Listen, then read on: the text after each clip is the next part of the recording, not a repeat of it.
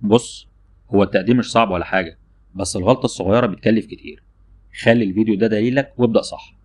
لو حاسس ان التقديم على منصة مصر الرقمية معقد او مش عارف تبدأ منين، او حتى خايف تغلط وتضيع فرصتك في شقة، ما تقلقش، الفيديو ده معمول علشانك. هنشرح فيه خطوة بخطوة ازاي تقدم على شقة الاسكان الاجتماعي، من اول انشاء الحساب على البوابة لحد رقم مستنداتك وتأكيد الطلب. وفي اخر الفيديو هقولك على غلطة بسيطة ناس كتير وقعت فيها مع انها مجرد ورقة، لكن بتخلي الطلب يترفض بالكامل. خليك معايا لحد اخر الفيديو علشان تعرف الغلطه دي وازاي تتفاداها. دي قناه معلومه في السريع. ما تنساش تعمل لايك للفيديو واشتراك في القناه، وكمان تفعل الجرس علشان يوصلك الفيديو الجاي اللي هنشرح فيه ازاي تتابع طلبك والمشاكل اللي قابلت ناس تانية وازاي تحلها ان شاء الله. ويلا بينا نبدا الفيديو. خطوات التقديم على منصه مصر الرقميه واحده واحده بقى كده، ركز معايا. ادخل على الموقع الرسمي لمنصه مصر الرقميه اللي هيظهر قدامك دلوقتي. تاني حاجه، لو عندك حساب قديم سجل دخولك على طول، لكن لو أول مرة تدخل لازم تعمل حساب جديد، والخطوات بتكون كالتالي. أول حاجة بتختار إنشاء حساب جديد، وبعد كده بتدخل رقمك القومي ورقم المصنع، ده الرقم اللي بيبقى مكتوب في البطاقة تحت تاريخ ميلادك. بعد كده بتدخل اسم والدتك باللغة العربية ورقم موبايلك، بس لازم رقم الموبايل ده يكون متسجل بنفس بياناتك في الشركة.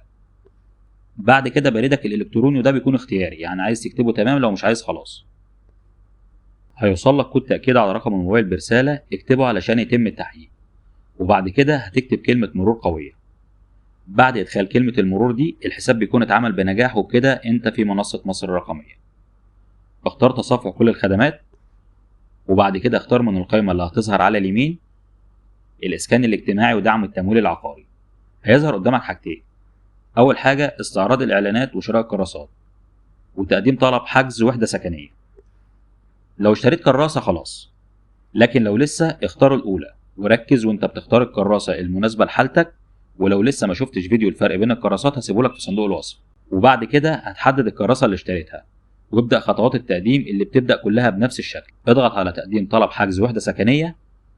عايز بس اوضح حاجة، ان الثلاث كراسات تقريبا نفس الخطوات، يعني سواء انت كراسة اولى او تانية او تالتة هيبقى نفس الخطوات بنفس الاختيار. لكن لما نيجي عند حاجات معينة خاصة بكل كراسة بتكون مختلفة، هقولك عليها ساعتها. تابع معايا وما تنساش تعمل لايك وسبسكرايب، ويلا بينا نكمل.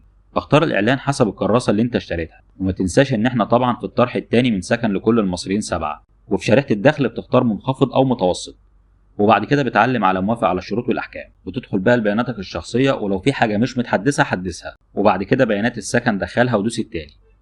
اي حاجه تخلصها اتاكد كويس جدا انك كاتب كل حاجه صح، وبعد كده دوس التالي. بعد كده بيانات الزوج او الزوجه لصاحب الطلب، وبعدين بتدخل بيانات الشغل. نيجي بقى لنقطه مهمه جدا، اختيار رغبه الحجز واختيار مكان الشقه.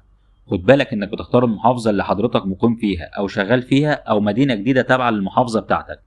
اختار المحافظه والمدينه وجاهزيه الوحدات. اتاكد من كل بياناتك، وبعد كده اعمل حفظ. وبعد كده اضغط على الجدول الاسترشادي علشان تشوفه وتدوس التالي. هنا المنصه هتطلب منك تراجع كل حاجه وتتاكد انها صح بنسبه 100%، وهيظهر لك ملخص الطلب بتاعك. لو في اي تعديل عدله، لو مفيش دوس التالي. وبعد كده شوف الاقرارات ووافق على الشروط ودوس عليها. نيجي بقى لاهم نقطه في ناس كتير بيسالوا عنها، وهي رفع المستندات المطلوبه.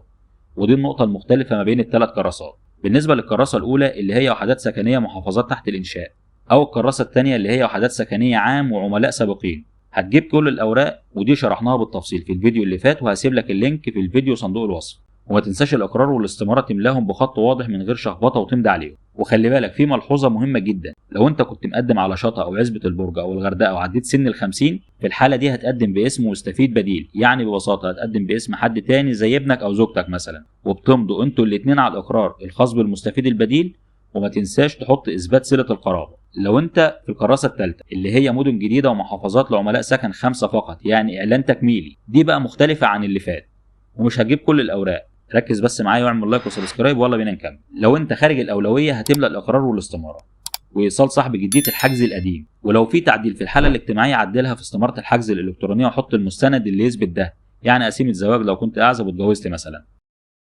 طب لو كنت غير منطبق الشروط، هتملى برضو الاقرار والاستماره وايصال سحب المقدم القديم، ولو في تحديث في الحاله الاجتماعيه زي اللي فات بالظبط اعمله، بس هتضيف عليهم المستند اللي اترفضت عشانه قبل كده في الفرز والتظلمات. هتجمع بقى كل الاوراق بتاعتك المطلوبه منك حسب كل كراسه زي ما شرحنا في ملف واحد PDF حجمه ما يعديش 2 ميجا، وترفعه على الموقع من موبايلك او الجهاز اللي حضرتك بتستخدمه في التقديم، وبعد كده بتدوس التالي، وبكده يبقى الحمد لله التقديم خلص. طب انت لسه ما دفعتش مقدم جديه الحجز ولا المصاريف الاداريه، دول بقى هتروح مكتب البريد بعد ما يظهر لك رقم الطلب في خلال 48 ساعه من التقديم. هتدفع المقدم بتاعك سواء 25000 او 50000، والمصاريف الإدارية حوالي 350 جنيه. في ملحوظة بقى مهمة جدا هقولك عليها، في ناس كتير نسيت ترفع إيصال سحب جدية الحجز القديم، وده طبعا سبب كافي لرفض الطلب. فلو كنت مقدم قبل كده وما حصلش نصيب لأي سبب، لازم ترفق إيصال السحب القديم ضمن الملف PDF اللي بترفعه. ما ينفعش ترفعه لوحده أو تبعته بعدين، لأن الطلب بيتراجع مرة واحدة بس. واستنوا الفيديو اللي جاي هقول لكم على الأخطاء اللي الناس وقعت فيها، وكمان شوية ملاحظات والمشكلات اللي قابلت الناس لحد دلوقتي وحلها إن شاء الله.